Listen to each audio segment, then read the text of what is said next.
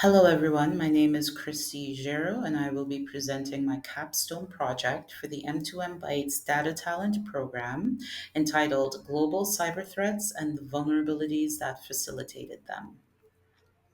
The objective of my capstone project is the analysis of global cyber attacks on the IT industry and the financial impact of the highest security vulnerabilities. The questions I'll be answering today are: what are the industries affected? What type of attacks occurred? What are the most common attack vectors? And what is the financial impact of these attacks based on the vulnerability? For my data cleaning, I was fortunate to come across a data set that did not require any cleaning. So, what I decided to do was remove columns that were not necessary for this analysis, as my focus was on the attack type, the target industry, the financial loss, and the security vulnerability type. I also decided to keep the attack source for my benefit, as I was also interested at the uh, the source type based on the attack type. I then started my visualization, and this code snippet here is to determine the industry that was most affected. It creates a pie chart visual with a percentage that is easily readable to the user. So as you can see here on first glance, the pie chart looks relatively even based on distribution, but if you look a bit closer, the IT industry has a 15.9% target, followed by banking at 14.8, healthcare at 14.3, retail at 14.1, and education at 14.0. But like I said, our focus will be on the IT industry. Now, because that is my focus, I decided to create a data subset to focus on the cyber attacks for them. So what I did here was uh, create a copy of the entire data set with only the rows that contained the IT industry. And I checked the tail end to see the number of entries, which gave me 477. But to be sure I had the complete number, I did an info check and it gave me 478 because most data sets start at zero instead of one. Now, I found out that the most common attack types were distributed denial of service or DDoS and phishing, which means that they got spam emails or there was just an attack where the systems were flooded with requests that they did not know which ones were real and which were fake, which ultimately slowed the system down for any sort of performance.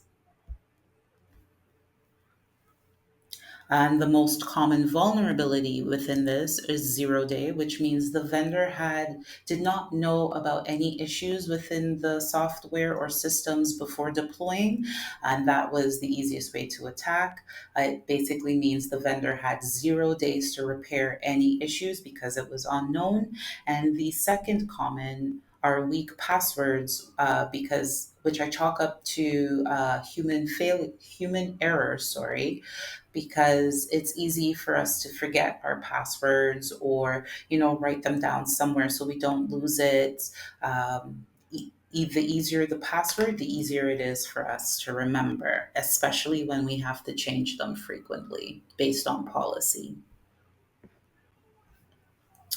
I then decided to do a distribution of vulnerability based on the attack type. And as you can see here for DDoS, the largest vulnerability were weak passwords, while for phishing, the largest vulnerability was a 0 day. This was very interesting because it's usually the other way around, where there's a weak password, so it's easier for them to get into a system, to send out malicious emails, as opposed to the DDoS. There's usually an unpatched issue within the software that they're able to send out DDoS. Um, After that, I then did an analysis of the average financial loss by security vulnerability type, for both DDoS and phishing, which were the highest. attack types for the IT industry. And as you can see, for weak passwords, DDoS had a $53.09 million average loss, and for 0 day, they had a 43.89. What's very interesting within this chart, though, while the highest attack vectors were weak passwords and 0 day, the most costly was unpatched software, which I theorize to be from having to not only mitigate the attack itself, but to then work on the patch for the software and then implement it. I've also included some tips to prevent the most common attacks of phishing and 0 day.